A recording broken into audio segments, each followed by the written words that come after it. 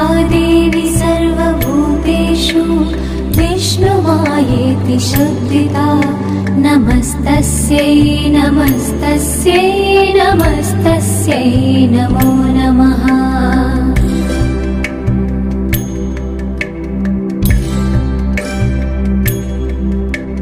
या देवी सर्वभूतेषु चेतनेत्यभिधीयते नमस्तस्यै नमस्तस्यै नमस्तस्यै नमो नमः।